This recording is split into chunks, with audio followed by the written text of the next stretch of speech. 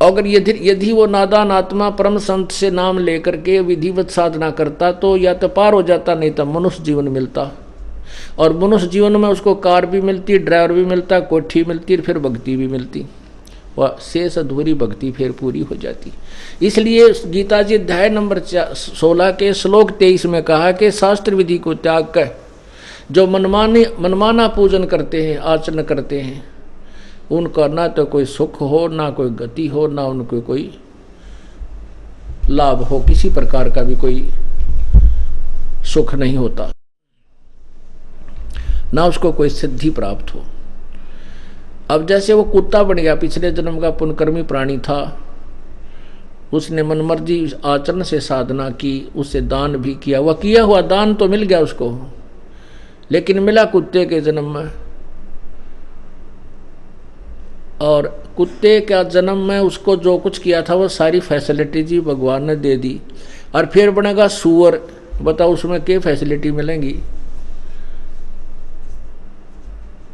और फिर 84 लाख योनियों में वो प्राणी चला जाएगा। इसलिए बताया है कि जो साधना, जो पुण्य तुम कर रहे हो, ये व्यर्थ है, मिले तो गए लेकिन व्यर्थ है।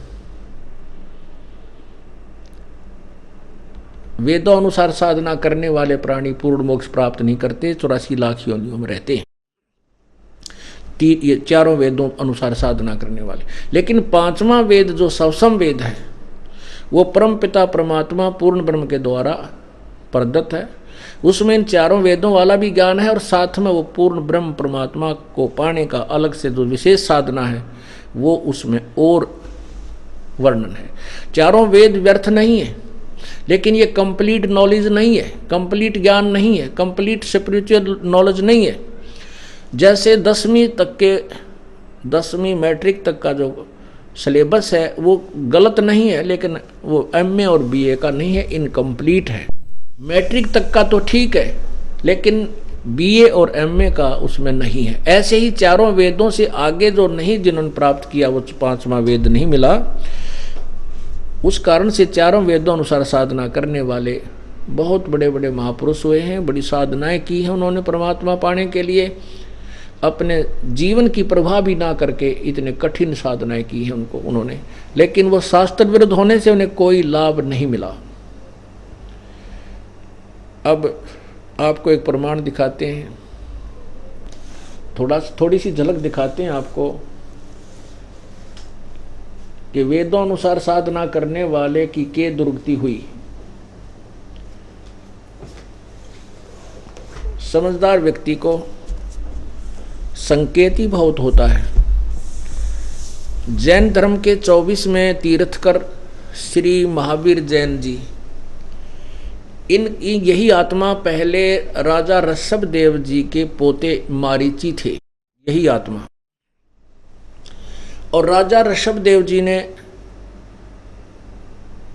1000 घर त्याग के अपने बच्चों को राज दे करके 1000 वर्ष तक निराहार तप किया, निराहार रहे। उसके बाद उन्होंने अपना वो निहार व्रती तोड़ी। उसके बाद पहली दीक्षा, पहला नाम, पहला शिष्य अपने पोते मारीची को बनाया। उसके बाद मारीची ने वेदों अनुसार साधना, क्योंकि उस समय वेदों अनुसार साधना की जाती थी, अन्य साधना नहीं थी। ऋषभदेव जी ने वेदों अनुसार साधना प्राप्त थी, और साथ में काल के द्वारा भ्रमित किया हुआ वो हठ योग भी उन्होंने किया। तो उस वेदों अनुसार साधना करने से उस मारीची जी की क्या दुर्गति हुई और ऋषभदेव जी का क्या हुआ। ऋषभदेव जी आगे चल के बाबा आदम हुए, जो मुसलमान धर्म और ईसाई धर्म के प्रथम पुरुष माने जाते हैं। और बाबा आदम भी फिर सुखी नहीं, मृत्यु के उपरांत बाबा आदम कहते हैं ऊपर स्वर्ग में थे, वो पितरलोक में बैठे हैं, और वहाँ एक तरफ देख करके रो रहे थे, दूसरी तरफ मुंह करके हंस रहे थे। हजरत मोहम्मद जी को एक फरिश्ता, जिब्रिल नाम का फरिश्ता ऊपर पितरलोक में लेकर गया था। पितरलोक के साथ ही स्वर्गलोक है, तो पितरलोक में जब उसने आदम जी को देखा, वो कभी इधर देखकर रो रहा था, दाईं तरफ देखकर हंस रहा था। हजरत मोहम्मद जी ने पूछा जबरील देवता से कि ये कौन है व्यक्ति, कभी रो रहा है कभी हंस रहा है।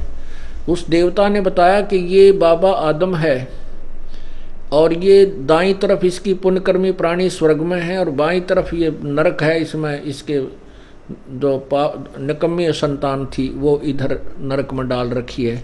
नरक वाले चिल्ला रहे हैं, रो रहे हैं, उनको देखकर तो ये रोता है और स्वर्ग में जो सुखी है उनको देखकर हंसता है। पुण्यात्माओं, ऐसे महापुरुष की यह दुर्गति के स्वर्ग में भी सुख को ना, वहाँ भी उधर दुखी हो रहा है, जो निकम्मी संतान को दुखी देखता है तो वहाँ रो रहा है, अच्छी की तरफ मुँह करके थोड़ी देर हंस लेता है। इस काल ने ऐसा जबरदस्त जाल फैला रखा है, कबीर परमात्मा के बिना इसके जाल को कोई काट नहीं सकता। अब महावीर जैन जी की क्या दुर्गति हुई, कितना लाभ हुआ, कितनी हानि हुई उन साधना से, वो आपको दिखाते। ये देखिएगा पुस्तक आओ जैन धर्म को जाने।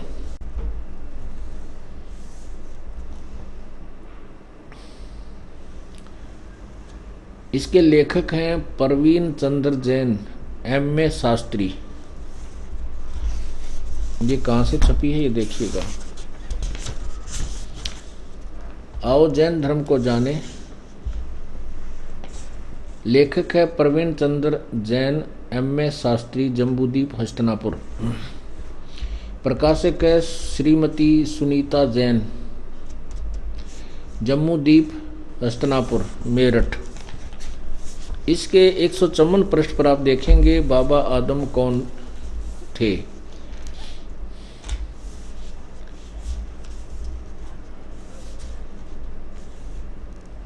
कौन से तीर्थ कर को सभी धर्मों में पूजा जाता है? प्रश्न उत्तर, भगवान श्री आदिनाथ यानी ऋषभदेव जी को।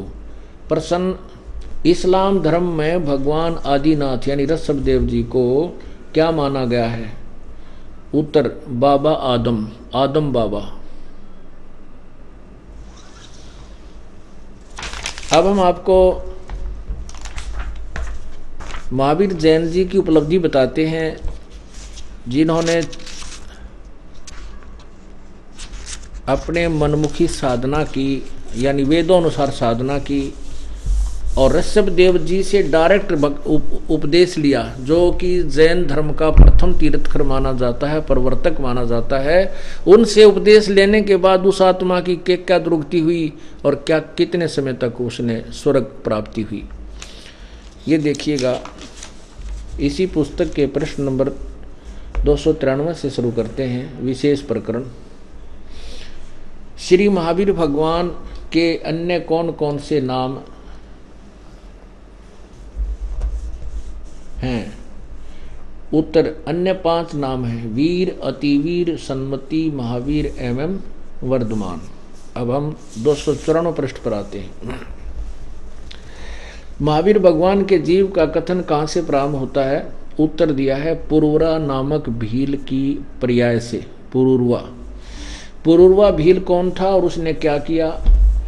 वो पुष्कलावती देश की पुंडरीकीणी नगरी में एक भीलों का राजा था। उसने सागरसेन मुनिराज से मध्य मास मधु का त्याग व्रत लिया था, जिससे जीवन पर्यंत पालन किया। श्री महावीर भगवान का जीव पुरूरवा भील की पर्याय से कहाँ गया? पहले सौधर्म स्वर्ग में एक सागर की आयु वाला देव हुआ। भरत चक्रवर्ती की रानी अंतमती से मारीची नामक ज्येष्ठ पुत्र हुआ। पहले स्वर्ग के बाद महावीर भगवान का जीव किस पर्याय में गया? भरत चक्रवर्ती की रानी अनंतमती से मारीची नामक ज्येष्ठ पुत्र हुआ। ये भरत चक्रवर्ती ऋषभदेव का बेटा था और भरत का पुत्र था ये मारीची। मारीची की पर्याय से महावीर भगवान का जीव किस पर्याय में गया? ब्रह्म स्वर्ग में देव हुआ। ब्रह्म स्वर्ग से बाद श्री महावीर भगवान का जीव किस पर्याय में गया? अयोध्या नगरी में कपिल ब्राह्मण की काली स्त्री से जटिल नामक नाम का पुत्र हुआ। जटिल की पर्याय से श्री महावीर भगवान का जीव किस पर्याय में गया? सौधर्म स्वर्ग में एक सागर की आयु वाला देव हुआ। सौधर्म स्वर्ग से निकलकर कहाँ गया? इसी भरत क्षेत्र में सूतिका नामक गांव में अग्निभूत ब्राह्मण की गौतम स्त्री से अग्निशय नामक पुत्र हुआ। अग्निशय की पर्याय से यानी जीवन से कहा गया स्वर्ग में गया। फिर स्वर्ग से कहा गया भरत अक्षेत्र के मंदिर नामक गांव में गौतम ब्राह्मण की कौश की पत्नी से अग्निमित्र नामक पुत्र हुआ। अग्निमित्र की पर्याय से यानी जीवन से कहा गया महेंद्र स्वर्ग में गया। महेंद्र स्वर्ग से कहा गया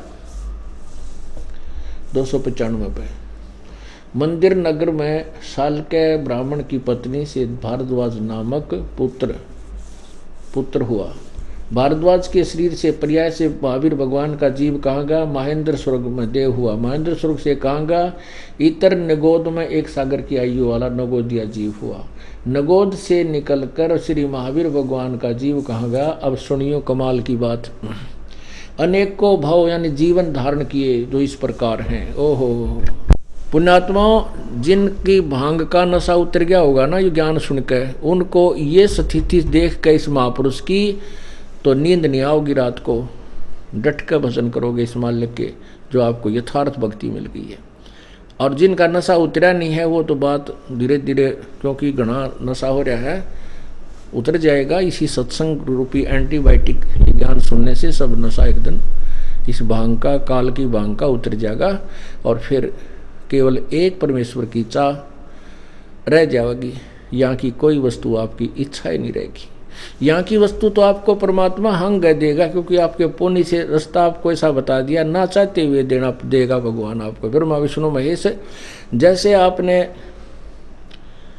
पुण्यात्मा, हमारे सदग्रंथ हमें सब रास्ता बता रहे हैं, लेकिन हम उनको समझ नहीं सके, क्योंकि जो इनका ठेका लिए बैठे थे वो उनको तत्व ज्ञान तो था नहीं, केवल अक्षर ज्ञान था, वो समझ नहीं सके।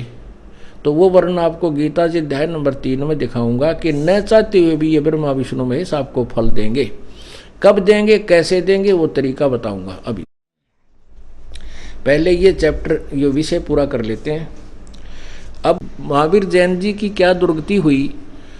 ये पहले एक भील था, फिर स्वर्ग में गया, फिर ये मारीची नामक पुत्र हुआ, जे भरत का बेटा, राजा ऋषभदेव का पोता, और ऋषभदेव से उपदेश प्राप्त करके इसने साधना की। अभी आप सुनते आ रहे हो रहट के हर हट के कुएं की व्यवस्था। कभी पुण्य किया तो स्वर्ग गया, फिर मनुष्य बना, फिर देवता बन गया, फिर मनुष्य बना, फिर देवता बन गया, फिर मनुष्य बना, और अब के बना। अब देखो आपको दिखाते हैं फिर क्या बना, जब वो पुण्य खत्म हो गए और पाप ढेर सारे रह गए। अब देखिएगा इसके, आओ जैन धर्म को जाने। प्रश्न नंबर 295 पे, नगोद से निकलकर श्री महावीर भगवान का जीव कहा गया।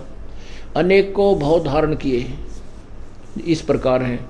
1000 आख वृक्ष के भाव यानी जीवन, और 80,000 सीप के जीवन भाव, 20,000 नीम के वृक्ष के भाव अर्थात जीवन, 90,000 बार केले के वृक्ष, 3,000 बार चंदन का वृक्ष, 5 करोड़ बार कनेर का वृक्ष, 60,000 बार वैश्या, ओहो, और 5 करोड़ बार शिकारी, 20 करोड़ बार हाथी के भाव, 60 करोड़ बार गधे के भाव। वे परमात्मा, गधे का जीवन बतेरा 60 करोड़ बार मेरे मालिक के,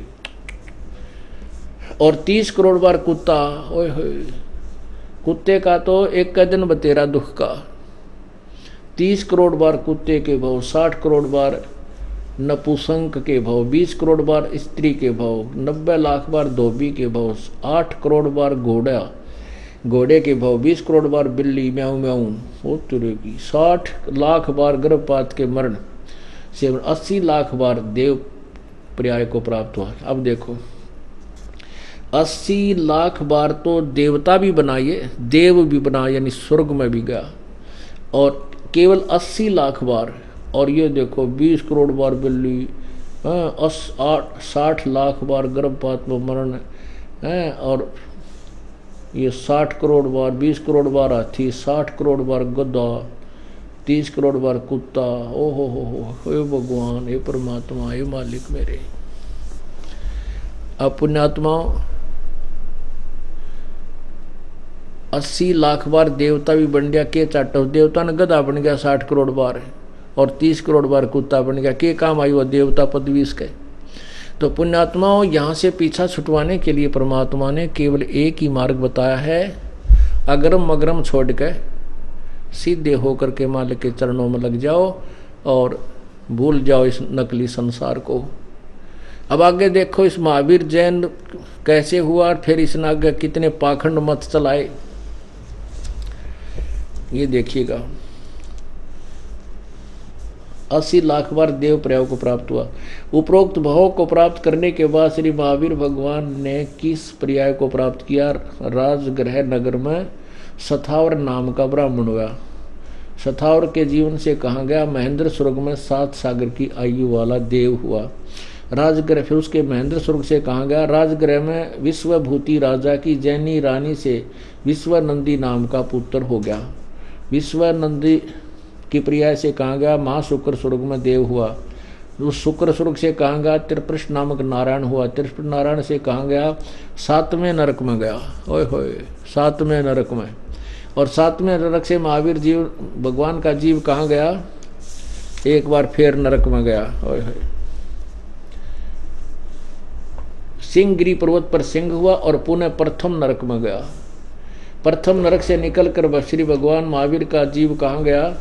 हिमवान पर्वत शिखर पर सिंह हुआ और यहाँ उसे अजिंत्य और अमित गुण नामक मुनिराज ने संबोधित किया।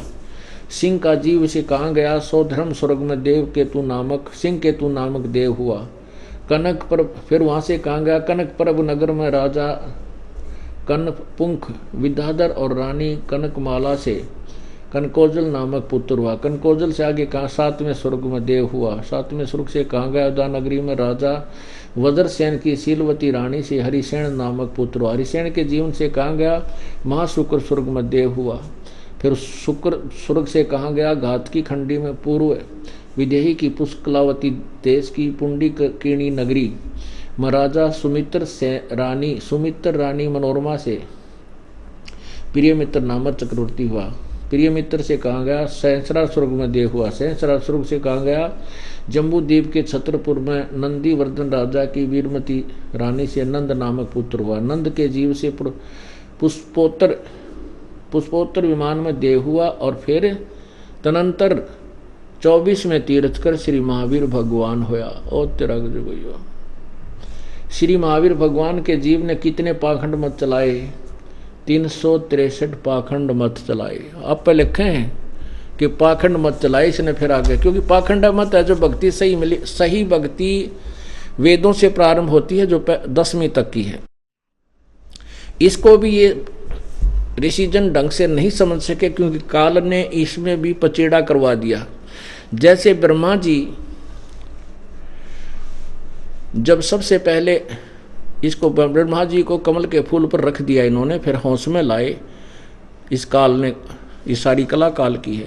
तो ब्रह्मा जब कमल के फूल पर बैठा था तो पहले तो इसने उस कमल के फूल को ढूंढना चाहिए कि कहाँ पैदा हो रहा है, कि तो धरती है कि नहीं। तो इसको कहीं इतना लंबा उसकी डंठल थी कि कहीं उसको पता नहीं चला। तो वो डंठल ना पकड़ कर नीचे उतरा, देख उल्टा है उस कमल के फूल पर ही बैठ गया। अब उसने सोचा अब क्या हो भाई, तो कहीं रास्ता नजर नहीं आ रहा। आकाशवाणी हुई कि तप करो। अब ये काल ने आकाशवाणी कर दी। ब्रह्मा जी ने सोचा ये परमात्मा का आदेश है बैठ कर तप करने के लिए। 1000 वर्ष तक तप किया। फिर आकाशवाणी हुई अब सृष्टि करो। अब ये काल क्या करता है, इन न तो डले डुबावे हमारे से ही और अपना स्वयं उल्लू सीधा कर लेता अपने रिमोट से। तो ऐसे ही ब्रह्मा विष्णु शिव से भी ये तप करवाता है। तप करके इनकी बैटरी 4 दिन में सिद्धियां पैदा कर लेता है। उन सिद्धियों से फिर स्वयं रिमोट चला करके इनसे ये तीनों काम कराता है, उत्पत्ति, स्थिति और संहार का। तो ऐसे ये जो वेदों को तो ब्रह्मा जी ने बाद में पढ़ा है। तब वेदों वाला ज्ञान, ओम नाम का जाप और 5 यज्ञ, नथिंग एल्स, इतनी ही साधना वेदों में वर्णित है। हठ योग नहीं है, तप नहीं करना। अब तप भी करते ऋषिजन, सभी करते हैं। क्यों करते हैं? क्योंकि वो काल ने एक अड़ंगा और आदेश दे दिया अपनी तरफ से। और वेदों का ज्ञान कबीर परमेश्वर ने इस ज्योति निरंजन को दिया था। वेद निर्लेप हैं, वेदों का ज्ञान बिल्कुल सही है जहां तक इसकी सत्य, चारों वेदों का। और पांचवा वेद परमात्मा ने स्वयं आकर बोला। क्यों बोला? क्योंकि काल ने ये पांचवा वेद समाप्त कर दिया। ये 4 वेद जनता को, अपने वंशजों को दे दिए। इन 4 वेदों में कंप्लीट ज्ञान नहीं है, क्योंकि यजुर्वेद अध्याय नंबर 40 के मंत्र नंबर 10 और 13 में स्पष्ट लिखा है कि उस परमेश्वर के विषय में कोई साकार कहता है, यानी जन्म लेने वाला, कोई न जन्मने वाला, उसके विषय में तो तत्वदर्शी संत जो बताते हैं वो सुनो, यानी कोई उनसे अलग ज्ञान है वेदों से। ऐसे गीता जी के अध्याय नंबर 4 के श्लोक 34 में कहा है कि उस परम पिता के पाने के लिए जिसकी साधना से पूर्ण मोक्ष होता है, उस तत्व ज्ञान को किसी तत्वदर्शी संतों को से जाकर पूछो। यानी गीता से ज्ञान अलग है। वो गीता ज्ञान तो वो गीता ज्ञान दाता और वेद ज्ञान दाता बोल ही रहा है, तो वो नहीं मिला इनको पूर्ण संत तत्व। 5वां वेद का ज्ञान ना मिलने से 4 वेदों का ज्ञान इंक्लूडिंग काल की अपनी मौखिक वाणी जो आदेश, जो शास्त्र विरुद्ध है, केवल सिद्धियां और राज्य प्राप्त करने का है तप, और उससे कुछ नहीं मिलता। और तप और राज और सिद्धियां इस जीव की सबसे बड़ी शत्रु हैं। ये भगवान ना दे, और हमारी उल्टी फिटिंग हो रही है कि हम चाहें ये चीज़ सिद्धि हो जाए, एक दूसरे पर जंतर मंत्र कर जाए, वो हमारी पूजा करे या राजा बन जाए। ये दोनों ही नरक जाने के रास्ते हैं अगर सत साधना नहीं है। तो अब आपने देखा कि अब पाखंड मत चलाए किसने? महावीर जी ने 363 पाखंड मत चलाए। वो तेरा गजब हो, 363 पाखंड मत क्यों चलाए? क्योंकि ऋषभ देव जी से वेदों अनुसार साधना इंक्लूडिंग तप वो प्राप्त किया। उसके आधार पर ये स्वर्ग भी गया और नरक भी। जब तक पूर्ण परमात्मा की भक्ति आपको नहीं मिलेगी, पूर्ण मंत्र नहीं मिलेगा, पूर्ण संत से तो दोनों कर्म भोगने पड़ते हैं आपको, चाहे आप साधना कर रहे हो चाहे ना कर रहे हो। आपको पुण्य भी भोगने पड़ेंगे और पाप भी भोगने पड़ेंगे। और कबीर परमेश्वर की शरण में आने के बाद आपके पापों को कैंसिल कर देगा परमात्मा। आपके पापों को, अपराधों को अक्षमा कर देगा, नाश कर देगा, नष्ट कर देगा। केवल एक ही भगवान है, वो पूर्ण परमात्मा, जो हमारे पापों का नाश कर सकता है, और कोई नहीं कर पाएगा। अब जैसे जिनको ज्ञान नहीं था उन लोगों ने कैसे जनता को भ्रमित कर दिया। पुण्यात्माओं, आप स्टूडेंट हैं हमारे, आपने परमात्मा पाने वाले इस विश्वविद्यालय में प्रवेश प्राप्त हो गया है। इसके लिए आपको पूरा जो कोर्स है वो कराना होता है। इस दास को टीचर बना दिया परमेश्वर ने इस आध्यात्मिक मार्ग का, तो आपको पूरा कोर्स कराएंगे। ठीक है, जो पहली दूसरी बार आते हैं उनको सारा सत्संग ध्यान में नहीं आता, लेकिन इसी को बार बार रिपीट करवाऊंगा। आपके कुछ दिनों में उंगलियों पर यह ज्ञान रटा जाएगा, और तभी आप भक्ति करने योग्य बनोगे, भ्रमित नहीं हो पाओगे।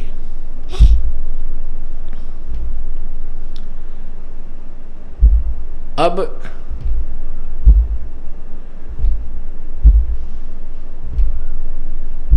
कुछ भ्रमित करने वाले जिनके ऊपर हम पूर्ण आश्रित हैं, उन व्यक्तियों ने हमें ऐसा मिसगाइड कर दिया कि हम घर के रहे ना घाट के। जैसा कि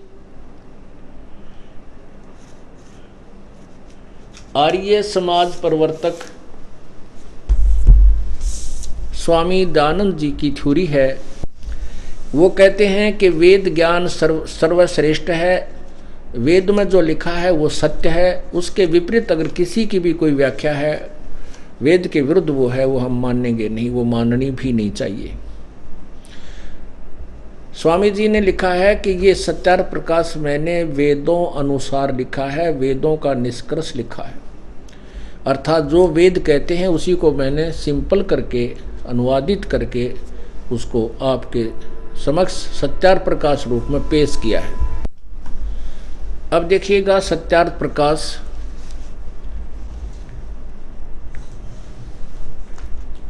महर्षि दान सरस्वती और अथ सत्यार्थ प्रकाश है। ये देखिएगा इन्होंने स्पष्ट किया है वेद आदि विविध सत शास्त्र प्रमाण सद शास्त्र प्रमाण सत प्रमाण संवित श्रीमत परमहंस परिव्रजाचार्य आचार्य महर्षि दान सरस्वती स्वामी विरचित है। यानी वेद आदि सदशास्त्रों के सत प्रमाणों के आधार पर श्री परमहंस परिव्रजाचार्य महर्षि दान सरस्वती स्वामी विरचित है। कितनी उपमा ला रखी है महर्षि दानंद जी का, महर्षि सरस्वती स्वामी और श्रीमद परमहंस परिव्रजाचार्य आचार्य उत्तरागज आगे पाछे सुशोभित करने में कसर नहीं छोड़ रखी इस महापुरुष के, इनकी महिमा करने में। और ये क्या कहते इनका ज्ञान देखना, ये क्या बताते हैं सप्तम समोल्लास प्रश्न किया पर स्टार्ट में ही प्रश्न, वेद में ईश्वर अनेक हैं इस बात को तुम मानते हो वा नहीं? उत्तर स्वामी जी का नहीं मानते, क्योंकि चारों वेदों में कहीं यह नहीं लिखा जिससे अनेक ईश्वर सिद्ध हों, किंतु यह तो लिखा कि ईश्वर एक है। अब देखो, अब इसकी थ्योरी यही देख लेना कैसे फेल होती है।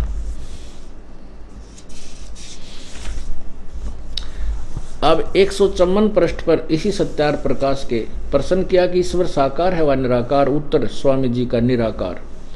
यहां देखो 155 पे क्या कहता है, 155 पर ही ये दोनों थ्योरी, यानी ये 152 पृष्ठ वाली, ये 151 पृष्ठ वाली कि वेद में ईश्वर अनेक हैं, इस वेद में ईश्वर अनेक हैं, ये आप मानते हो? कहता नहीं मानते, क्योंकि चारों वेदों में कहीं नहीं लिखा कि जिससे अनेक ईश्वर सिद्ध हों, किंतु यह तो लिखा ईश्वर एक है। और दूसरी निराकार वाली 155 पे 7वें समोल्लास में प्रश्न, परमेश्वर की स्तुति प्रार्थना और उपासना करनी चाहिए व नहीं? नहीं करनी चाहिए, खुद कहता करनी चाहिए। प्रश्न करता कहता है क्या स्तुति आदि करने से ईश्वर अपना नियम छोड़कर प्रार्थना करने वाले का पाप छुड़वा देगा? प्रार्थना स्तुति करने वाले का? उत्तर नहीं। तो फिर स्तुति प्रार्थना क्यों करना? प्रश्नकर्ता कहता फिर किस लिए करेंगे भक्ति हम, जब पाप नहीं कटेंगे तो? स्वामी जी उत्तर देते हैं उनके करने का फल अन्य ही है। प्रश्नकर्ता ने कहा क्या है? स्वामी जी उत्तर दे रहे हैं कि स्तुति से ईश्वर में प्रीति, उसके गुण कर्म स्वभाव से अपने गुण कर्म स्वभाव का सुधरना, प्रार्थना से निरअभिमानता, उत्साह और साहे का मिलना, उपासना से परब्रह्म से मेल, परब्रह्म से मेल और उसका साक्षात्कार होना। अरे पुण्यात्माओं विचार करो, बालक भी समझ ले इस बात में। एक तो ब्रह्म है, एक पर ब्रह्म है, एक पूर्ण परम अक्षर ब्रह्म है, पूर्ण ब्रह्म, तीन भगवान है। जैसा कि आपको गीता जी अध्याय नंबर 15 के अंदर पूरा विस्तृत ज्ञान दिया गया है, समझाया था। क्षर पुरुष, अक्षर पुरुष, क्षर ब्रह्म, अक्षर ब्रह्म और परम अक्षर ब्रह्म, ब्रह्म पर ब्रह्म पूर्ण ब्रह्म, तीन भगवान हैं। और ये खुद लिख रहे हैं कि साधना करते भगवान तो मिले नहीं, न पाप तो कटे नहीं, परब्रह्म से मेल और उसका साक्षात्कार हो जाए। यानी ब्रह्म से भी दूसरा भगवान, दो परमात्मा तो खुद सिद्ध कर दिए स्वामी जी ने अपनी ही थ्योरी में। और खुद कहते हैं कहीं नहीं लिखा कि अनेक परमात्मा हो। अब एक तो एक भगवान वाली थ्योरी अब पे फेल कर दी, और दूसरी निराकार वाली कर दी कि साक्षात तो साकार का होता है, निराकार का साक्षात्कार क्या हो। ऐसे ही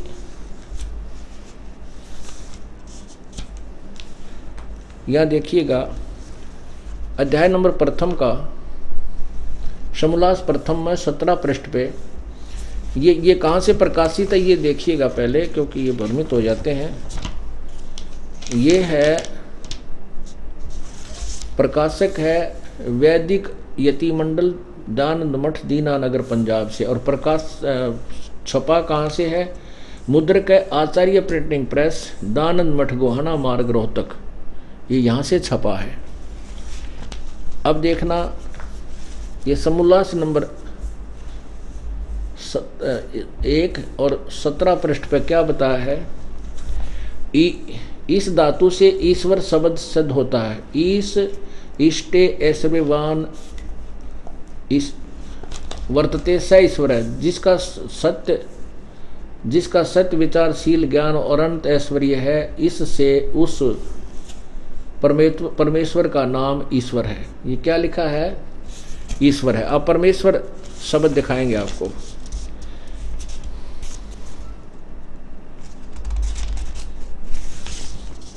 ये देखिए, अब प्रश्न नंबर 20 पे लिखा है, सामर्थ्य वाले का नाम ईश्वर है। ईश्वरेषु समर्थेषु परम श्रेष्ठ स परमेश्वर है। यहाँ लिखा, जो ईश्वरों अर्थात समर्थों में समर्थ, जिसके तुल्य कोई ना हो, उसका नाम परमेश्वर है। अब ईश्वरों शब्द क्यों लिख दिया इन्होंने? जब ईश्वर एक है, दूसरा है ही नहीं, तो इनके शास्त्र में, इसके द्वारा लिखे गए इस ग्रंथ में ईश्वरों शब्द नहीं होना चाहिए था। ईश्वरों का अर्थ ही अनेक प्रभु, आप ही सिद्ध कर रहे। और यहाँ पर ब्रह्म से दूसरा, यानी एक तो दादा, एक परदादा, दो हो गए ना, एक दादा एक परदादा, यानी दादा का भी नेक्स्ट दादा, दूसरा दादा, वो बड़ा दादा, तो कहें दो दादा हुए। तो ऐसे ही परब्रह्म का से मेल, दो थ्योरी खत्म कर दी इसकी। एक तो निराकार वाली, एक अनेक ईश्वर नहीं है, ये खुद दो परब्रह्म खुद लिख रहा है। आगे तीसरी वेदों से खत्म करेंगे कि पाप अक्षमा ना होते। इन्होंने आगे फिर देखिएगा, सप्तम समोल्लास 163 पृष्ठ पे, प्रश्न, अपने भक्तों के ईश्वर अपने भक्तों के पाप क्षमा करता है व नहीं? दोबारा प्रश्न किया गया है ये। उत्तर नहीं। स्वामी जी कहते नहीं, क्योंकि जो पाप क्षमा करे तो उसका न्याय नष्ट और सब मनुष्य महापापी हो जाएं, क्योंकि उनको पाप करने में उत्साह और निर्भयता हो। जैसे कोई राजा अपराधियों के पाप की क्षमा करे तो वे अधिक अपराध करने लगें। जो अपराध नहीं करते वे भी अपराध करने से न डरेगा। इसलिए सब कर्मों का यथावत फल देना ईश्वर का काम है, अक्षमा करना नहीं। सिद्ध हो गया कि स्पष्ट कहता है कि पाप अक्षमा नहीं होते। पुण्यात्माओं, ये भी थ्योरी इनकी गलत है कि राजा पाप अक्षमा करे तो ये हो जाए। जैसे आपने पीछे देखा, पंजाब में उग्रवाद हो गया था और सरकार ने ऐलान कर दिया था भी जो मुख्य धारा में आ जाएगा, उसने कितनी कोई भी अपराध कर रखा है वो सब माफ कर दिए जाएंगे। तो कई हजारों की संख्या में बच्चे जो अनजानपने में पाप करने लग गए थे वो मुख्य धारा में आ गए, उन सब के मुकदमे वापस सरकार ने ले लिए थे। ये भी प्रत्यक्ष प्रमाण है। तो वो बच्चे फिर आगे अपना सुचारू जीवन निभाने लगे। फिर पीछे एक लड़की थी, वो डाकू बन गई थी, उससे भी सरकार ने यही कंप्रोमाइज़ किया था कि यदि तू आगे गलती नहीं करेगी तो हम तुम्हें वापस माफ़ कर देंगे। उसके सारे मुकदमे वापस ले लिए और वो MP तक बन गई थी। तो अब ये भी थ्योरी इसकी गलत है कि राजा और माफ़ करे तो और को वह करने लग जाए। नहीं, गलती से पाप सबसे हो जाते, अपराध भी बन जाते हैं, उनको अक्षमा ही सबसे बड़ा उनमें सुधार लाने का एक विकल्प है। यही प्रभु करता है। अब आपको यजुर्वेद दिखाते हैं।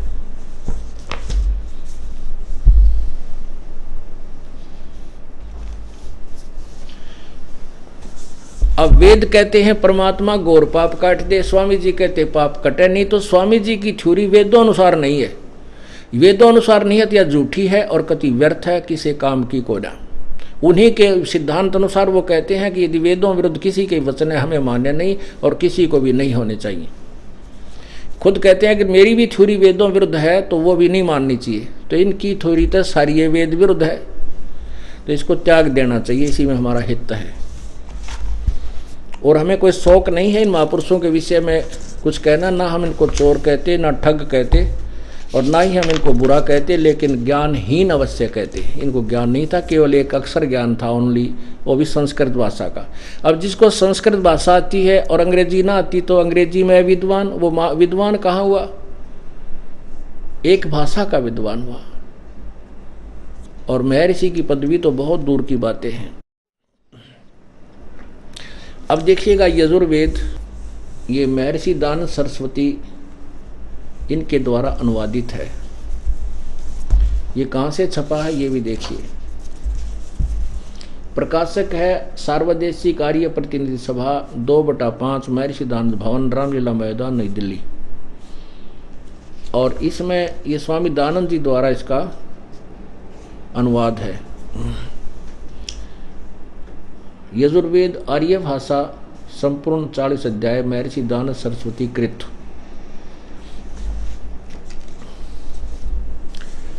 अब इसके 8वां अध्याय, ये 8वां अध्याय है।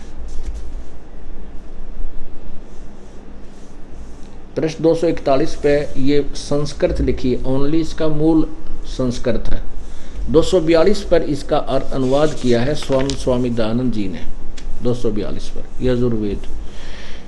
8वें अध्याय का 13वां श्लोक है ये, 8वें अध्याय का ये 13वां श्लोक है। ये 8वां अध्याय और ये 13वां श्लोक है, मंत्र है। यहाँ देखिएगा 242 पे, हे सबके उपकार करने वाले मित्र आप, मित्र माने प्रभु, हे परमेश्वर, देव कर्तस्य दान देने वाले के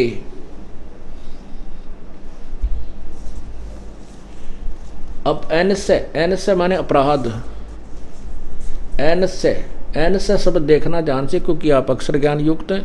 एन से माने अपराध, अब अवजन्म माने विनाश करने वाले यानी अक्षमा करने वाले, असी माने हो।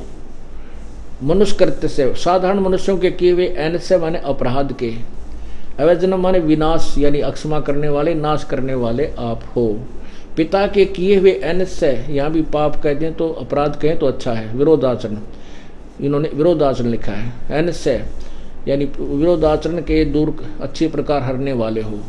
आत्म कर्तस्य अपने किए हुए, एन से माने पाप के, एन से माने पाप भी, एन से माने अपराध भी। अपराध और पाप एक ही होता है। पाप के अवजन माने दूर करने वाले यानी नाश करने वाले, अक्षमा करने वाले हो। एन से अधर्म के अधर्म, कहते घोर पाप के भी को भी आप नाश करने हारे हो। जानता हुआ मैं जो कुछ भी धर्म आचरण किया करता हूँ वह करूँ, अनजान मैं जो कुछ भी किया करता हूँ वह उस करूँ, उस सब एन से माने अपराध के, इन्होंने दुष्ट आचरण लिखा है, अपराध के दूर करने वाले आप हैं। ओए होए होए।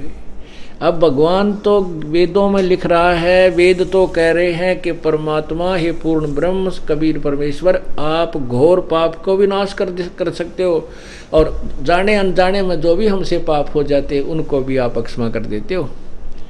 और स्वामी जी कहते हैं कि भगवान पाप क्षमा नहीं करता। तो यही वेद विरुद्ध थूरी ने हमें भ्रमित कर दिया और हम भगवान से दूर होते चले गए। यही कहते रहे कि भगवान पाप क्षमा नहीं कर सकता। वो साधना जो वो बताते थे उससे कोई लाभ किसी को हुआ नहीं, इसलिए नास्तिक तो बन गए और भगवान की थ्योरी को भी, सिद्धांत को ही बदल डाला और लोग नास्तिक हो गए। बकवाद दाम बढ़ गए, कोई दारू पिए, कोई शराब पिए, कोई चोरी करने लग गया, कोई ठगी, क्योंकि भगवान का सहारा प्रॉपर विधि के बिना नहीं मिलता। परमात्मा के सहारे से ही हम अपने सब कार्यों को सुचारू कर सकते हैं। घर में भी बरकत, बीमारी से भी छुटकारा और धन भी प्राप्ति हम अपने परमात्मा से ही प्राप्त कर सकते हैं। परमात्मा से जब प्राप्त करेंगे जब हमें उससे कनेक्शन मिल जाएगा, क्योंकि परमात्मा कनेक्शन देने वाला संत चाहिए, अधिकारी, और उससे फिर कनेक्शन मिलने के बाद जैसे पंखा है, मोटर है, पानी निकालने वाली, आटा पीसने वाली चक्की है, पावर मिलने के बाद फिर वो अपने आप काम करने लग जाती हैं। ऐसे परमात्मा का सहयोग मिलने से हमारे सब कार्य सुचारू हो जाते हैं, हल्के हो जाते हैं और हमारे पाप अक्षमा परमात्मा कर देता है। कबीर साहब कहते हैं, जब ही नाम हृदय धरो भयो पाप को नासे, मानो चिंगारी अग्नि की बाई पड़े पुराने घासे। चाहे कितना 10,000 क्विंटल का सूखा घास पड़ा हो, एक माचिस की तिल्ली लगा दो, सारे को जलाकर राख कर देगी, हवा तेज चलेगी, उसको इधर उधर बखेर के वहाँ साफ कर देगी। जब ये सच्चा नाम आपको मिल जाएगा, आपके पापों में आग लगा दी जाएगी, आपके पाप अक्षमा हो जाएंगे, फिर आपको केवल पुण्य ही प्राप्त होंगे। और जब तक आप परमात्मा कबीर जी की सत साधना नहीं करते, नकली साधना से कबीर पंथ की फीत लाकर कोई करता रहे, उससे भी कोई लाभ नहीं होने वाला। तो उनको दोनों ही पुण्य और पाप दोनों भोगने पड़ते हैं। इसी का परिणाम था, जैसे आप सब देखते हो कि जैसे किसान खेती करता है, खेती करने के लिए जैसे गेहूं, खाने योग्य गेहूं जीवनदाता जो सुखदायी है, वो गेहूं उत्पन्न करने के लिए किसान को कितना प्रयत्न और कितना समय और पैसा धन व्यय करना पड़ता है। कई बार तो उस खेत को की गुड़ाई की जाती है, संवारा जाता है हल से, ट्रैक्टर से, उसमें पैसे लगे और अपनी दिहाड़ी मजदूरी लगे परिवार की। उसके बाद उसमें फिर बीज बीजा जा घर से डालें तो भी वो उसकी वैल्यू है। जैसे हमने 4 क्विंटल गेहूँ बीजना है तो 4 क्विंटल मोल लाते तो वो पैसे का ही होता, घर से लगाए तो भी हमारा धन ही लगा। ऐसे फिर उसमें खाद डाला वो पैसे से, फिर पानी मिला वो ट्यूबवेल चलाया वो पैसे से, यानी खूब पैसा भी लगा, धन समय भी लगा और मेहनत भी लगी, जब जाकर के कुछ वो सुखदायी अन्न प्राप्त हुआ। और उसी खेत में कुछ भी ना करें, घास जंखाड़ झाड़ बोझड़े, उसमें इतना कुबाड़ उग जाएगा, उसमें दिक्ख को नहीं धरती कहाँ पर है।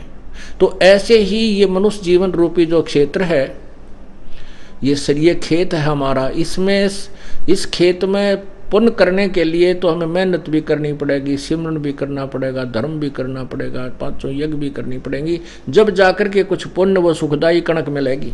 और वो ना करेंगे तो ये जो पाप तो अपने आप बन जाएंगे। कहते हैं, पृथ्वी ऊपर पग जो धारे, करोड़ जीव एक दिन में मारे। हरि जो सत्य ब्राह्मण की है हत्या, जो चौका तुम लिपो नित्या। जो प्रतिदिन चूल्हा या पोचा मारते हो, इसमें 70 ब्राह्मण जितनी हत्या तुम्हें प्रतिदिन हो जाती है। और एक दिन सैर सपट्टा या घर में इधर उधर घूमते हो, बाहर काम पर जाते हो, 1000 करोड़ जीव एक दिन मार करके तुम विश्राम लेते हो, यह भी पाप तुम्हारे मस्तिष्क में लिखा जाता है। अब जैसे महावीर जैन जैसे महापुरुष, और इनके ऊपर भी इतने पहाड़ टूटा पापों का, 60 करोड़ बार गधा, 30 करोड़ बार कुत्ता, 20 करोड़ बार बिल्ली, 60 करोड़ बार हाथी, 20 करोड़ बार पता नहीं क्या क्या। तो ये दुख ये पाप कर्मों से मिले, नरक भी गया।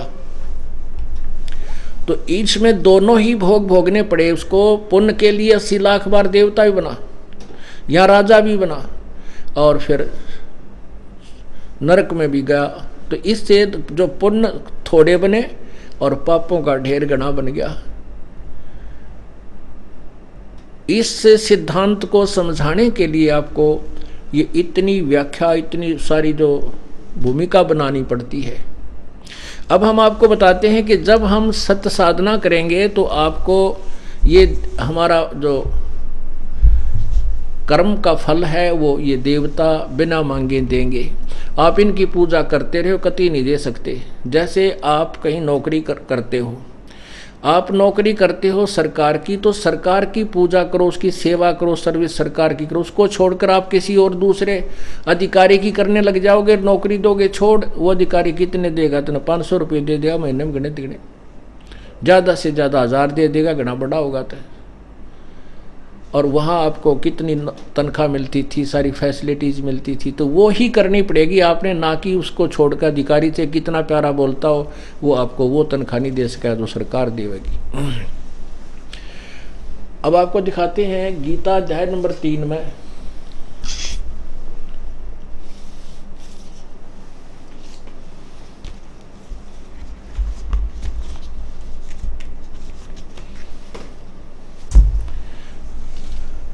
अब हमने इन सदग्रंथों को इतने प्यार से समझना है, बहुत आसानी से समझ में आ जाएंगे, कोई बड़ी बात नहीं, क्योंकि अक्षर ज्ञान की कमी थी और इस ज्ञान को समझ में सार उस तत्व ज्ञान की कमी थी। तत्व ज्ञान दास को परमात्मा ने प्रदान कर दिया, अक्षर ज्ञान आपको प्राप्त है। अब दोनों मिलकर हम परमात्मा पाने की विधि का निर्णय भी कर लेंगे और उससे पर दृढ़ भी हो जाएंगे। यही पवित्र गीता जी लगभग 5500 वर्ष पहले, 5200-5300 वर्ष पहले लिखी गई थी और आज तक इसको समझने, लेखक भी समझ नहीं सका इसको। श्री व्यास जी ने इसकी लिखा है, वो भी नहीं समझ सका। और बाकी जो आपने देख ही लिया इनके अनुवादकर्ताओं ने, जिन्होंने उन्होंने कैसा जाना होगा इसको। अब जैसे आपने महर्षि दयानंद के विषय में बड़ी व्याख्या, बड़ी ख्याति सुनी थी, हम भी सुनते थे, बड़े प्रभावित थे इस महापुरुष से कि सचमुच ये बहुत बड़े विद्वान हैं, वेदों के ज्ञाता ऐसे हुए ना हो सकते।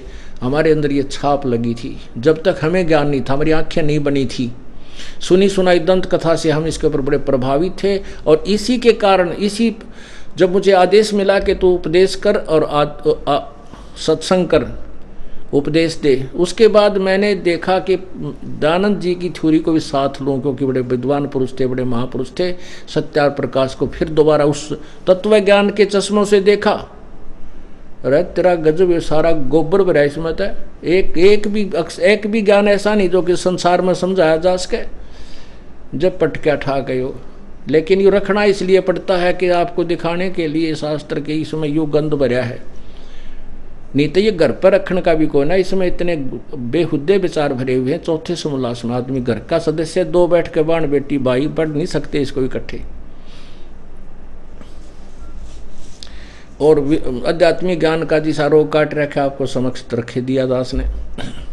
यहाँ तक लिखा कि सूर्य पर मनुष्य रहते हैं, ऐसे ही बगीचे बाग हैं जैसे पृथ्वी पर है। अरे तरह गजब हो, ये वाणी कोई लिख सकता है बगैर नशे का आदमी? कति छक्का भांग पी रखी हो और वो लिख सके ऐसे सूर्य पर आदमी रहते, हाथ कांप जाए ना। सूर्य पर लिख, छठी क्लास के बालक ने पूछ ले, लिखिए वह सूर्य पर आदमी रहते हैं, सूर्य पर आदमी कैसे रहते हैं, वो भी मना कर देगा। तो पुण्यात्माओं, दास के साथ यह खेचा ताणी न शुरू होगी कि मैंने इनकी पोल पाट दी। और अब जो कुछ व्यक्ति हैं 150 जो रोटी खा रहे इसी की किताब बेच के, इसके नाम पे एक समूह बना के, वो उन अपने अनुयायियों को, भोले वालों को मिसगाइड कर रहे हैं कि रामपाल गुंडा है, बदमाश है, झूठा है, झूठी महर्षि दयानंद जी की बदनामी करता है। महर्षि दयानंद जी की तो बदनामी मैं इतनी भी ना करता, मैं तो ज्ञान खोल कर दिखाऊंगी, इसने ये लिख रखा है बस, और वेद ये बताते हैं, तुलना करता हूँ। उनको पता है कि जब तुम्हारे अनुयायियों को सच्चाई का पता लग गया तो उठने पर कूद जाएंगे, ये पाँव भी नहीं तुम्हारे पास। तो ये कब तक रोक सकेंगे? ये तो रुक लिया, इसका तो विस्फोट हो चुका है, शिक्षित समाज में ये पहुंच चुका है सारा तत्व ज्ञान और इनका ज्ञान। हमने सीडी बना बना के, पुस्तक लिख लिख कर जनसाधारण तक भिजवा दी, बिल्कुल सस्ते भाव में, फ्री ऑफ कॉस्ट भी, बहुत ही सस्ते में, ताकि जनसाधारण परमात्मा को पहचान सके। अब देखना, एक साधे सब सदे, सब साधे सब जावे, माली सींचे मूल को, फले फूले गावे। यही प्रमाण आपको पवित्र गीता जी में दिखाते हैं। अब देखिएगा गीता जी अध्याय नंबर, ये श्रीमद् भगवत गीता जी अध्याय नंबर 3,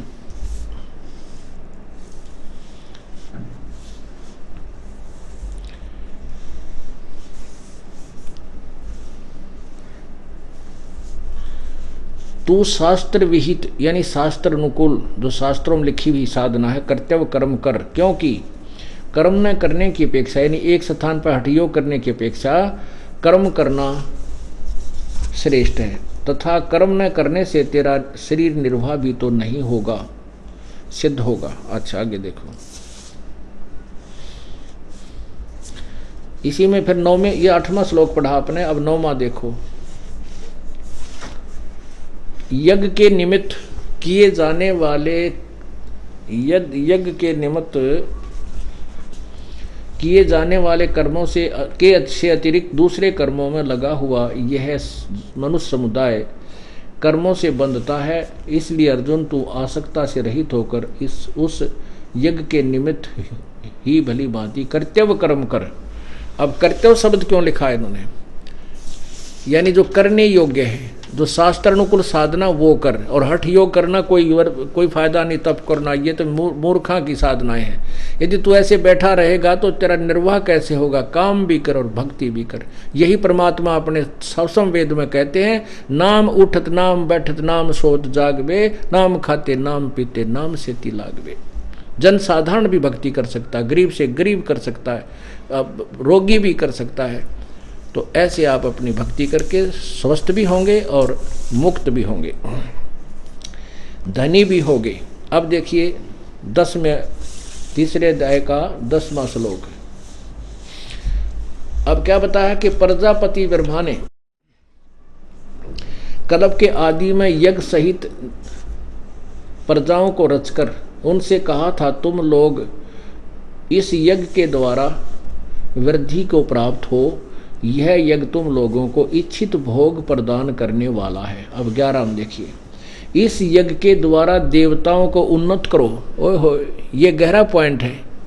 इस यज्ञ के द्वारा देवताओं को उन्नत करो, वे देवता तुम लोगों को उन्नत करेंगे। इस प्रकार निस्वार्थ भाव से एक दूसरे को उन्नत करके तुम लोग परम कल्याण को प्राप्त हो जाओ। ओहो, यज्ञ के द्वारा बढ़ाए हुए देवता, ध्यान से सुनना, यज्ञ के द्वारा बढ़ाए हुए देवता तुम लोगों को बिना मांगे ही इच्छित भोग निश्चय ही देते रहेंगे। इस प्रकार उन देवताओं के द्वारा दिए हुए भोगों को जो पुरुष उनके दिए बिना स्वयं ही भोगता हुआ चोर है, अर्थात जो दान धर्म नहीं करता वो तो पापी आत्मा है, वो चोर है।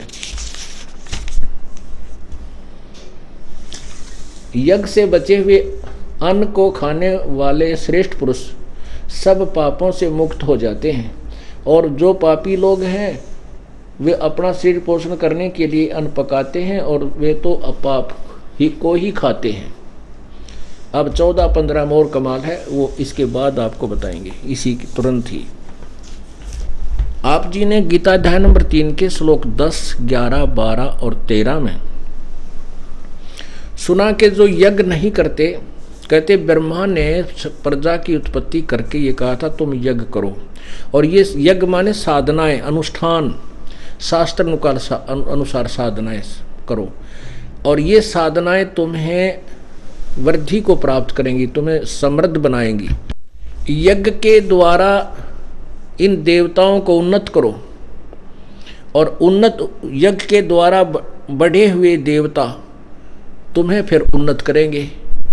अब यज्ञ के द्वारा कैसे बढ़ेंगे वो देवता, अब इस पॉइंट पर आते हैं। जैसा कल आपको बताया था, गीता जी अध्याय नंबर 15 के श्लोक नंबर 16 1 से 4 में और 16 17 में स्पष्ट किया है कि ऊपर को जड़ वाला, नीचे को तीनों गुण रूपी शाखा वाला, रजगुण ब्रह्मा, सतगुण विष्णु, तमगुण शिव जी, और ऊपर को जड़ मूल परमात्मा पूर्ण ब्रह्म है, बीच में तना ये अक्षर ब्रह्म है, परब्रह्म, और डार जो है वो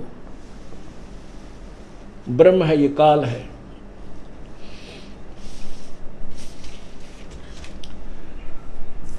तो उसमें बताया कि जो मूल परमात्मा है वही तीनों लोकों में उत्तम पुरुष है, तू अन्य।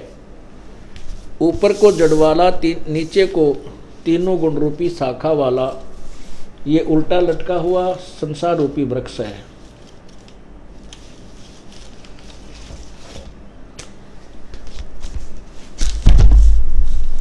ये देखिएगा, ये गीता जी अध्याय नंबर 15 का, गीता नंबर अध्याय नंबर 15 का श्लोक नंबर 1 से 4 और 16-17 का आशय है। इसमें इसका निर्णय है।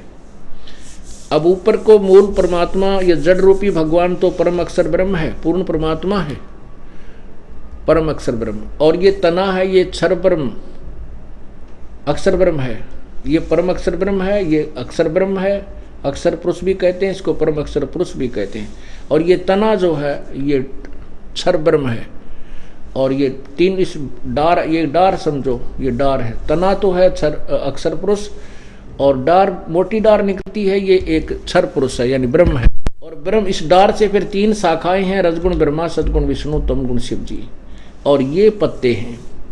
तो परमात्मा कहते हैं अक्षर पुरुष एक पेड़ है, निरंजन हुआ की डार, ये यहाँ से ऊपर ऊपर जो दिखाई देगा ये एक पेड़ है,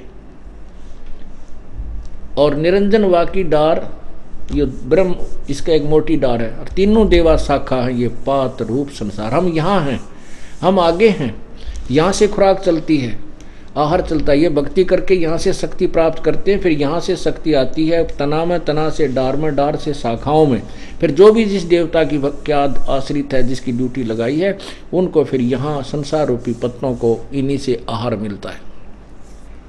ये मिलता कैसे है ये देखिएगा।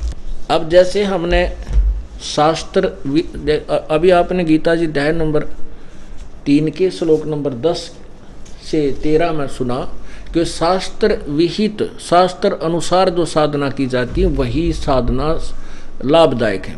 तो ये देखिएगा, जैसे हमें आम का पौधा लाए और उसको ज़मीन में या गमले में आंगन में लगाया, तो जड़ नीचे मिट्टी में दबाई और उसके जड़ की पूजा शुरू की, सेवा शुरू की, उसकी सिंचाई शुरू की, तो जड़ की सिंचाई करने से वो पौधा पेड़ बना, बड़ी बड़ी टहनी बढ़ गई, वो बढ़ कर टहनियाँ, फिर ये देवता रूपी टहनी बड़ी हुई, वृद्धि को प्राप्त हुई, और फिर ये अपने आप लद पद होगी फलों से, बिना मांगे फल देने लगी, फिर ना सिंचाई की आवश्यकता, फिर वो इतना फल देंगी बाद में जो पूरा पेड़ बन जाएगा। तो ये देखिएगा, ये है एक पौधा, शास्त्र अनुकूल साधना, अर्थात सीधा बीजा हुआ, लगाया हुआ भक्ति रूपी पौधा। अब हम इस पूर्ण परमात्मा, जड़ रूपी भगवान, पूर्ण परमात्मा, संसार रूपी जो वृक्ष की जड़ है, इसकी पूजा करेंगे, इसकी पूजा करेंगे तो यहाँ से ये आहार चलेगा तना में, तना से इस डार में, डार से ये शाखाओं में इन देवताओं को पहुँचेगा, फिर हमें हम यहाँ पर हैं, ये हमें मिलेगा। अब यही प्रमाण दिया है। और हम क्या कर रहे हैं, हम देवताओं की पूजा शुरू कर दी, उल्टा कर लगा दिया भक्ति रूपी पौधा। हमने ये उल्टा पौधा लगा दिया, जिससे वो मूल परमात्मा छोड़ दिया, टहनियों की पूजा शुरू कर दी, ये पौधा ही नष्ट हो, ये पौधा ही नष्ट हो गया। ये शास्त्र विधि रहित, शास्त्र विरुद्ध साधना है, अर्थात उल्टा बीजा हुआ भक्ति रूप पौधा। प्रभात दास यही कहता है, परमेश्वर ने यही बताया कि इसको तुम ऐसे कर लो, बस कुछ नहीं छोड़ना, ना कोई तोड़ना, कुछ नहीं करना, अपनी साधना शास्त्र अनुकूल प्रारंभ करो, अपने सदग्रंथों में प्रमाण है। अब देखना, अब फिर पढ़ो इसी 3 श्लोकों को, समझ में आएगी पवित्र गीता जी। यही पवित्र गीता जी अध्याय नंबर 3 का अब श्लोक नंबर 10 देखो, यहाँ से ये 10 नंबर श्लोक है। प्रजापति ब्रह्मा ने कल्प के आदि में यज्ञ सहित प्रजाओं को रचकर कहा कि तुम लोग यज्ञ के द्वारा वृद्धि को प्राप्त हो, यह यज्ञ तुम लोगों को इच्छित भोग प्रदान करने वाला हो। 11वें में कहा कि इस यज्ञ के द्वारा देवताओं को उन्नत करो और वे देवता तुम लोगों को उन्नत करें। इस प्रकार निस्वार्थ भाव से एक दूसरे को उन्नत करके तुम लोग परम कल्याण को प्राप्त हो। आगे देखो 12वें में, यज्ञ के द्वारा बढ़ाए हुए देवता तुम लोगों को बिना मांगे ही इच्छित भोग निश्चय ही देते रहेंगे। ओहो, बिना मांगे देते रहेंगे। और उन देवताओं के द्वारा दिए हुए भोगों को जो पुरुष उनके बिना ही स्वयं भोगता है तो वह चोर है। अब देखिए, अब ये पौधा था, ये भक्ति रूपी पौधा हमने जैसे इसकी विधि है बीजन की नो लगा दिया। अब इसकी पूजा की मूल की जड़ की, तो ये बढ़ गया, ये टहनियाँ बड़ी होगी, ये टहनी बड़ी हुई, बढ़ के फिर ये पेड़ बन गया। तो इसमें लिखा है कि ये देवताओं को उन्नत करो, ये बढ़े हुए यज्ञ के द्वारा बढ़े हुए, ये देखिए यज्ञ के द्वारा बढ़ाए हुए, यज्ञ के द्वारा यानी शास्त्र अनुकूल साधना से किया हुआ पुण्य से ये द्वारा बढ़ाए हुए देवता, यानी ये वृक्ष टहनी बन गया, पूरा पेड़ बन गया, पौधा जो था, तुम लोगों को बिना मांगे ही इच्छित भोग देते रहेंगे। ओहो, अब क्या बताया है कि जब तुम शास्त्र अनुकूल साधना शुरू कर दोगे, तुमने मांगने की जरूरत नहीं पड़े। हम यहाँ कोई पुत्र मांगता है, कोई भैंस का थन बिगड़ गया, यो ठीक हो जा भगवान, कोई प्लाट ना बिकता, कोई बात नहीं। क्यों शुरू शुरू में हम इतने दुखी हो चुके हैं, सब साधनाएं भी कर ली, सब संतान दौरे भी जा लिए, और ये दुख न्यों के थे। परमात्मा क्योंकि आपके भाग्य बिना नहीं मिल सकता, और आपके भाग्य में जो था नहीं तो वह ले मिल जाता। तो यहाँ कबीर परमेश्वर अपने कोटे ते आपको कुछ राहत शुरू में एट द सपोर्ट देगा, जो सच्चे दिल से लगेगा। आपके भाग्य में नहीं होगा, वो परमात्मा अपने कोटे से आपको सुख देगा, जो कुछ इच्छाएं आपकी शुरू में ही पूरी कर देगा। फिर आपको कहा जाएगा कि भक्ति रूपी पौधा तुम बोलो खुद बीजो, और फिर इसकी ऐसी प्रारंभ कर दो भक्ति, कुछ दिनों के बाद देखना तुमको मांगने की जरूरत नहीं पड़ेगी। किसी वस्तु की भी आप परमात्मा बड़े भंडार रखेगा और मोक्ष भी आपको देगा। अब इसमें क्या बताया है कि जो व्यक्ति इन देवताओं को उन्नत करते हैं और इनके द्वारा जो आपको दिया जाता है धन, उसमें से पुण्य पर नहीं लगाते। जैसे आपने जो शास्त्र अनुकूल साधना की, परमात्मा पूर्ण ब्रह्म को इष्ट मानकर पूजा की, उससे आपके शुभ संस्कार आपके अकाउंट में लिख दिए जाते हैं। उनको फिर ये ब्रह्मा विष्णु महेश आपको देते रहते हैं, चाहे आप इन्हें कुछ भी कहते रहो। कुछ ऐसे लोग हमने देखा जिनके खूब खेती थी, ट्रैक्टर चला करते और सुबह उठते दारू पीने लग जाते, उसको कभी कह देते भाई भगवान का नाम ले ले, तो इन्हों कहता भगवान की के बेटी गोडी है करके खाना हो से, भाई मैं ना करूँगा, भगवान कैसे दे देगा। मतलब भगवान को गाड़ी भी दी फिर भी उनको ठाठ रखे इनको, क्योंकि उन्होंने पिछले जन्मों पुण्य कर रखा है, वो तो देंगे ही देंगे, और जो बकवाद कर रहा है वो लिखे जाते हैं साथ साथ, फिर उनका बक्कल तारेंगे इकट्ठा ही। तो ऐसे हमने इस तत्व ज्ञान को समझना है कि अभी आपको दिखाते हैं कि पूजा तो जड़ की करनी होगी जब ये लाभ मिलेगा। कैसे? अभी गीता जी निर्णय देगी इसका, पवित्र गीता शास्त्र हमें बताएगा 14 और 15 मंत्र तीसरे अध्याय का। इसमें यह भी निर्णय होगा कि इस ब्रह्म की उत्पत्ति पूर्ण परमात्मा से हुई, जबकि अनुवादकर्ताओं ने इसमें गलत कर रखा है। अब आपने पढ़ा कि उन देवताओं के द्वारा दिए हुए, गीता जी अध्याय नंबर 3 का और ये श्लोक नंबर 13 देखो, यज्ञ के द्वारा बढ़ाए हुए देवता तुम लोगों को बिना मांगे इच्छित भोग निश्चय देते रहेंगे। इस प्रकार उन देवताओं द्वारा दिए हुए भोगों को जो पुरुष उनको दिए बिना स्वयं ही भोगता रहता वो चोर है। अर्थात दान धर्म नहीं करता, फिर अनुष्ठान नहीं करता, जो धर्म अनुष्ठान नहीं करता वह व्यक्ति भगवान का चोर है, सतेन है।